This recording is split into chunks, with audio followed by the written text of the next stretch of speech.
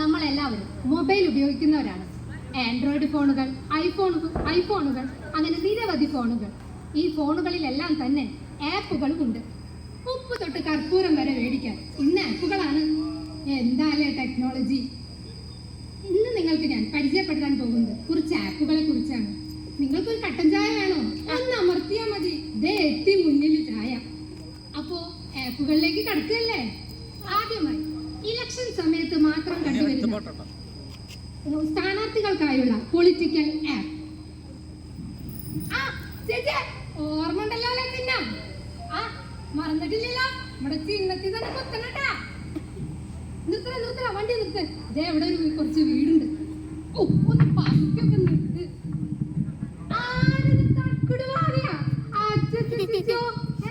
കുട്ടിക്ക് പേരിടണ പേരിപ്പെന്താ?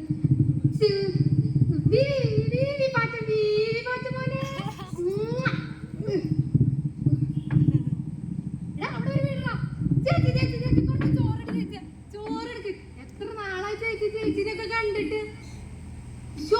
സാറിപ്പോ ഇങ്ങോട്ട് വന്ന ഞാനിപ്പോ ഇവിടെ ഒന്നും ഇല്ല സാറേ. അതിയാനോടാണ് പറഞ്ഞത് എന്തെങ്കിലും മേടിക്കാൻ. കഞ്ഞി മതിയാ സാറേ? കഞ്ഞി എടുക്കട്ടെ ഞാൻ?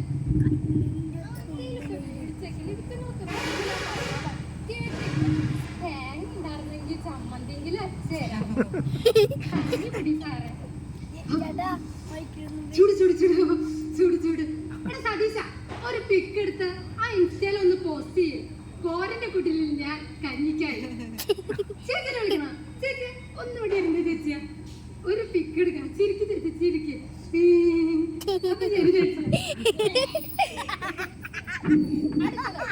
ഈ കേരളത്തിലെ ഏറ്റവും കൂടുതൽ വിഭാഗം കുടിയന്മാരാണ്. അവർക്കും വേണ്ടേ ഒരു ആപ്പ്?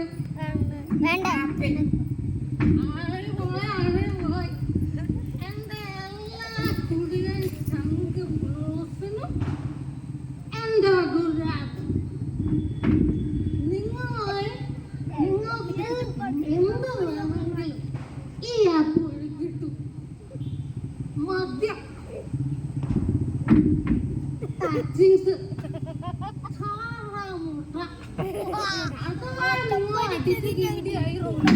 വെച്ച ഈ ആപ്പ് എടുത്ത് വീട്ടിൽ കൊണ്ടുപോയിട്ടു.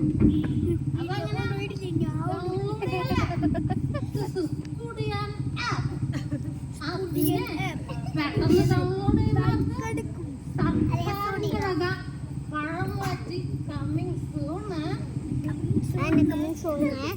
അടുത്തതായി ഇലക്ഷൻ തോറ്റു എന്നറിയുമ്പോൾ, തോൽക്കാറായി എന്നറിയുമ്പോൾ അവരുടെ വക ദേശസ്നേഹം ആപ്പ്.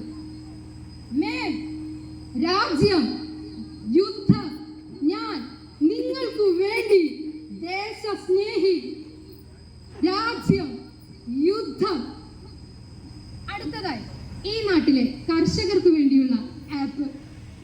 सब लेके जाओ, मुझे कुछ नहीं चाहिए, सब लेके जाओ। भगवान, मेरे नहीं आया ये जिंदगी,